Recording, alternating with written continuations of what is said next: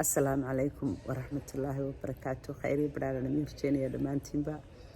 I hope inaad iska fiican tihiin. I know inaanad ku yiri life baan idin soo galaya markaan ma ka tago internetka iga xun. For some reason my internet's not working very well. Halkan si fiican ugu shaqeynayso internetka iga. I don't know why. Madiina si fiican bay ugu shaqeynaysay. Imika makaan joogaa.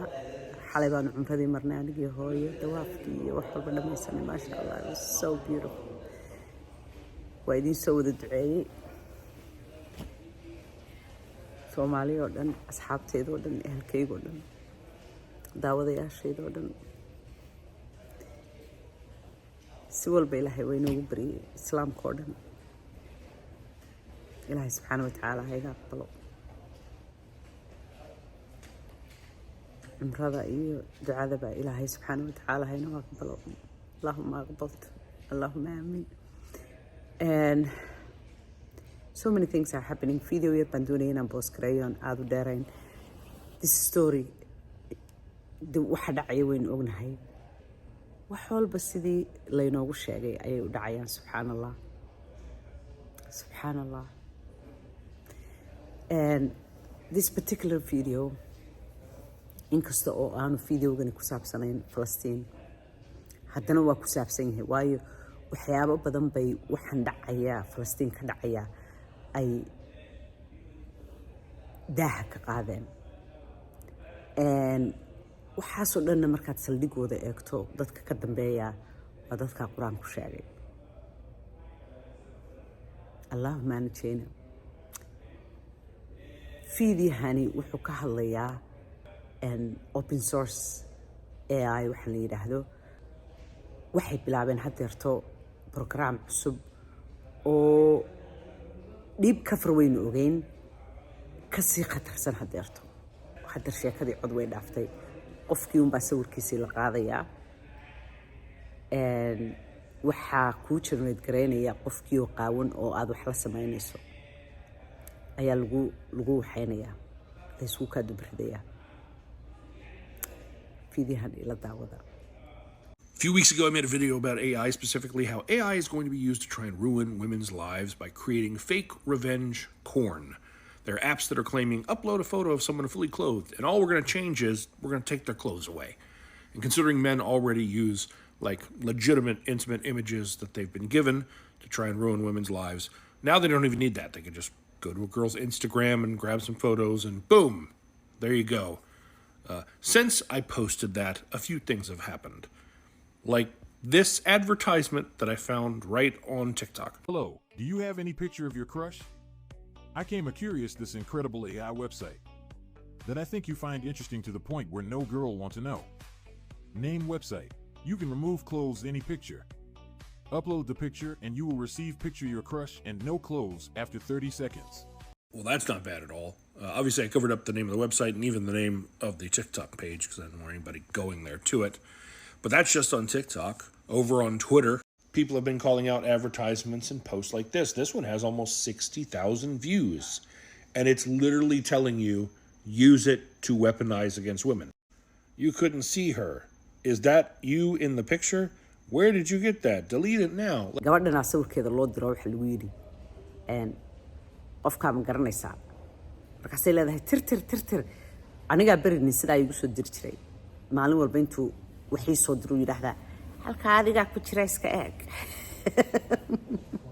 waa aniga mala video meelo dadka dumarka la dhigo ayuu leeyahay halka adiga ku jira iska eeg maxaan eegaa waan ogaynaa anu ku jirin marka dadka aynu ka dhalaynayna waynu ognahay knowledge is power like knowledge is power. What a freaking nightmare this is. But as bad as that is, and it is very bad, it is just the tip of a giant, monstrous, horrific iceberg. Not one, but two articles from The Guardian inside of a month, how these images threaten to overwhelm the internet, and even Wired, the AI-generated child abuse nightmare is here. Thousands of child abuse images are being created with AI. New images of old victims are appearing as criminals trade data sets. One watchdog group, just barely starting their look, had found already over 3,000 AI-generated CSAM images. I'm sure many of you kolley de waad aragtay ChatGPT markaad tiraahdo waxaa maaragtay wax weydiiso dee wixii buu kaaga jawaabaya although inta badan ay yihiin iska genetic oo wixii su-aag uu kuu sheegayo qof kastana jawaabtaasunbuu kolley siinayaa laakiin dee tani waa ka duwan tahay adaaba dee la xidhayo waddamadan qofkii ilmo yar wax ku sameeya sawiro ayay soo qaadanayaan caruur deetana caruurtii ay wax ku samaynayaan baa loo samaynayaa ama dad kale wax ku samaynayaan oo ay daawadaan inaa lilaahi wa inaa ilayhi raajicuun Iblays shaqadii Iblays waxa weeyaan xaddaaf awoodda baryahan yaa cajiib waxaan oo dhan dadka ka dambeeya dadkaasay u badan yihiin bir dhexdaasa ninkan Elon Musk ayaa aada uga dagaalamayay iyo gruubo kale oo maaragtay powerful tech billionaires ah dhowr uu isagu liid garaynayay dagaal baa lala galay haddadaa dagaal baa lagula jiraa waa la doonayaa in maaragtay albaabada la isugu dhufto maadaama uu yahay the richest man in the world oo horena uu yidhi dee markuu Twitter iibsaday wixii dhacayaaba ha dhacaane platformkan waxaan ka dhigayaa mid maaragtay xor ah oo dadku ay fikirkooda ka dhiibtaan iyo meel dee lagu doodo lacagna danka ma lihi hadday lacagun tahay dee who cares waa kan dhegaysta codkan The latest firestorm, sparked by Elon Musk on his social media site X, is now threatening to spread to his other companies, including SpaceX and electric car maker Tesla, as investors openly muse about selling stock. The controversy started Wednesday afternoon when Musk, the world's richest man, liked a post on X that claimed Jewish communities have a, quote, dialectical hatred against whites. You have said the actual truth, Musk responded.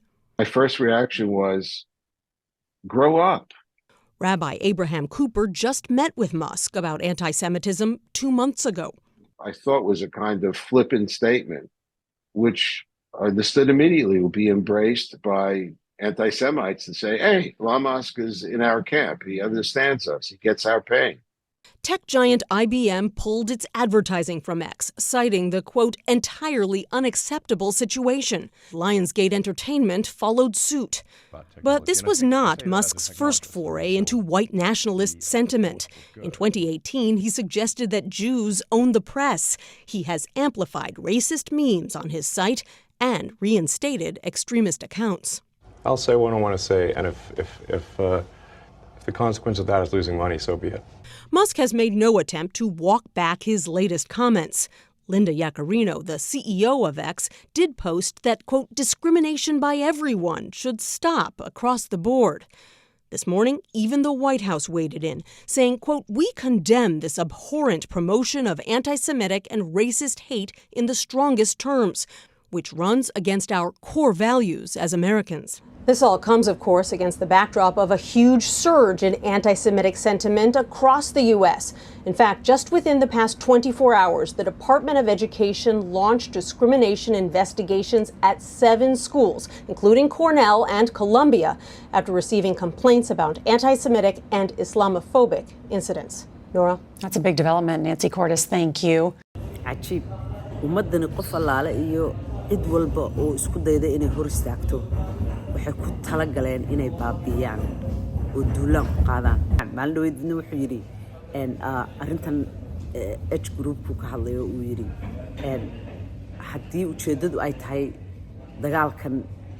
dagaalkani ay tahay mid la doonayo in wax lagaga qabto H groupka miyaanay ka sii daraynin ila caqli baa loo baahan yahay waayo qoyskii mid laga dilaba hal qof laga dilo ama laba laga dilaba dee wixii hadhay miyaanay eshta ku biirayn dee caqli baa loo baahan yahay dadkan caqli ma leh waxyaabaha cajiibka ku samaynayaan haddana caqligoodu markay noqoto dee waxyaabaha muhiimka ah sida in xaqiiqadu marun soo baxayso ma fahmi karaan the amount of arrogance waxaanoo dhan markaa way isku xidhan yihiin. All of these are interconnected. The root cause, saldhigga masiibooyinkan dhacaya oo dhan ee humanity ku dhacaya. dadkaasaa ka mas-uula. Dadkaasoo dhan lama wada odhan karo. Dad dhiisanoo aad u wanaagsan baa ka buuxa. Laakiin dadkaasa ayaa ka dambeeya. waxaa kambaniyada aad arkaysidoo dhan dadka ugu badan ee asaasay waa iyaga. dadka qoomaluudka ugu badan ama taageeraa waa iyaga. dadka faraxumaynta caruuraha wadamadan reer galbeedka aadka u jecel hadii jeer waa iyaga. hadeerna waxayba keeneen inay wadamadan reer galbeedka ay ka cararaan, khaasatan Mareykan oo kale oo ay wadanka u cararaan. A CBS News investigation has uncovered a loophole that allows accused and convicted American pedophiles to escape justice by moving to Israel. Jewish Community Watch, an organization that hunts down accused pedophiles who flee to Israel from the U.S., exploiting a process called Law of Return, whereby any Jewish person can move to Israel and automatically gain citizenship. Yom Tov pled guilty in 2002 to sexually abusing and committing lewd acts against 3 other boys. He served jail time, but when he was released, he violated his probation and, according to JCW, fled to Israel with help from individuals within the Orthodox Jewish community. The same thing that's going on in the Catholic Church right now around the world, the exact same thing happens in our community. The rabbis say it's, you know what, he promised he's going to go for therapy, he's never going to do it again. Boom, he's in another community. A few years later, he's at the same thing, and we hear more allegations that the person continued to abuse children. And often, those abusers end up in Israel. Why would someone want to help one of these pedophiles escape? Oftentimes, there's some sort of community incentive. Either somebody owes them a favor, or someone in the community, let's say an institution, has covered up for them in the past, and they know that if this goes to court, there's a lot of civil liability coming down the line. Shauna accuses the Israeli police of not prioritizing accused pedophiles on the run. Why do you have to be the ones that do this? Because nobody else is. I don't have any better answer than that. And if you guys weren't doing it? Then nobody would do it. If American officials don't try to get accused pedophiles from Israel, then they simply escape justice and leave children at risk. Why do they say more pedophiles aren't being apprehended? So it's very complicated when you leave the United States and go to Israel. First, they say that once these people are wanted, that they need to go to Interpol and have that international arrest warrant put out for them so that the Israeli authorities can then start looking for them. Extradition is expensive, and a lot of these jurisdictions just don't have the money or manpower to really pursue them. A lot of the times, these people have help. And help within the community, people that help them flee to Israel. These are elaborate schemes. They are, and they need a lot of people to pull off. And they say that there needs to be a conversation within the community about not protecting people. ummaddeena maaha. astaamihii qur-aanka oo dhan ayaa subxaan allah sidaa inoo hor cararaya. ilaahay subxaana wa tacaala khaatimada khayr inoogu khatimo. I don't even know si looga taxadirayo, laakiin at least knowledge is power. maaragtay inaad wixii og tahay dadkuna dee ay sii ogaadaan oo maaragtay la yidhaahdo waxaan rumaysanayno maaha, waa lagama maarmaan. marka waqti adag baa lagu jiraaye ilaahay subxaana wa tacaala ha inoo sahlo. khayr iyo baraaraan idin rajeynaya.